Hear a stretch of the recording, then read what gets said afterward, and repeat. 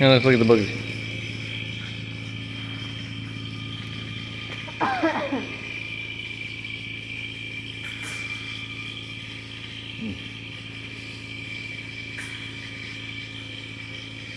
Alright, yeah.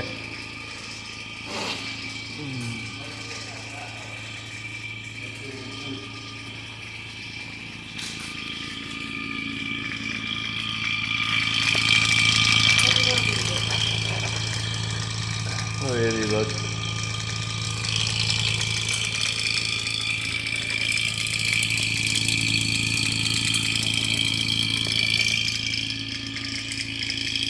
Yeah.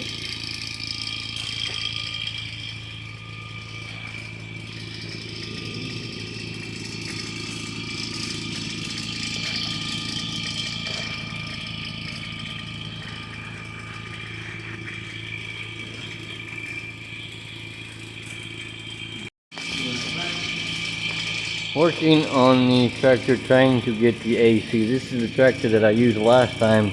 We had to take doors off of it, but hopefully we can find everything so I can have AC this time around when we're doing hay.